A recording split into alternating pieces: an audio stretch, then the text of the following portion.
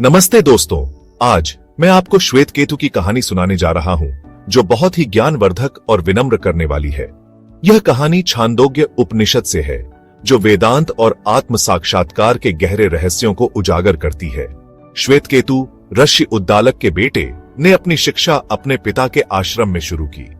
12 साल की उम्र में उन्हें वेदों और शास्त्रों का अध्ययन करने के लिए गुरुकुल भेजा गया। 12 साल की कठिन पढ़ाई के बाद वह घर लौटे, घमंड और अहंकार से भरे हुए। वह खुद को बहुत ज्ञानी समझते थे और यह आत्म प्रशंसा उनके व्यवहार में साफ दिखाई देती थी। यह देखकर उनके पिता उद्दालक ने एक सवाल पूछा, मेरे बेटे, तुमने बहुत कुछ सीखा है, लेकिन क्या तुमने वह ज्ञान प्राप्त किया है जिससे अज्ञात का पता चलता है? क्या तुमने उस तत्व को समझा है जिससे पूरा ब्रह्मांड उत्पन्न होता है, रहता है और अंततः विलीन हो जाता है? श्वेत केतु अवाक रह गए। पिताजी, मैंने वेदों का अध्ययन किया है, अनुष्ठान सीखे हैं और कई शास्त्र पढ़े हैं, लेकिन आप जिस ज्ञान की बात कर रहे हैं वह मुझे नहीं सिखाया गया। कृपया मुझे ज्ञान दे। आत्मा का ज्ञान देने के लिए उद्दालक ने कई उदाहरण दिए। पहला, नमक और पानी का उदाहरण। उन्होंने श्वेत केतु से पानी में नमक घोलने को कहा और फिर पूछा, क्या तुम नमक देख सकते हो?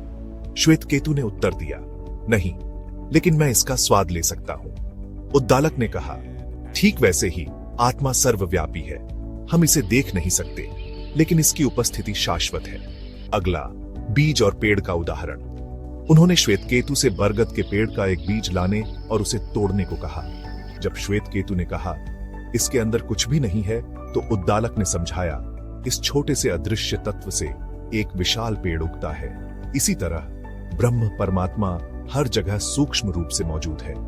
अंत में सपने और जागृत अवस्था का उदाहरण। उद्दालक ने कहा, सपनों में चीजें असली लगती हैं, लेकिन जागने पर गायब हो जाती हैं। इसी तरह यह संसार एक सपने की तरह है और आत्मा शाश्वत और अपरिवर्तनीय है।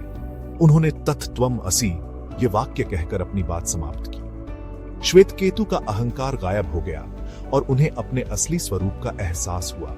उन्होंने समझा कि वह केवल शरीर या मन नहीं, बल्कि शुद्ध शाश्वत आत्मा है। तब से श्वेत केतु का जीवन बदल गया। उन्होंने आंतरिक शांति प्राप्त की और आत्म साक्षात्कार में स्थिर रहे। श्वेत केतु की कहानी से हमें यह सीख मिलती है कि असली शिक्षा सिर्फ बाहरी ज्ञान के बारे में नहीं है, बल्कि अपने असली स्वरूप को पहचानने के बारे में है। जब हम अहंकार को छोड़कर आत्म साक्षात्कार को अपनाते हैं, तो हमें सच्चा आनंद मिलता है। देखने के लिए धन्यवाद। याद रखें, अपने अंदर की यात्रा सबसे गहरी यात्रा है जो आप कभी करेंगे। ज्ञानवान बने रहे।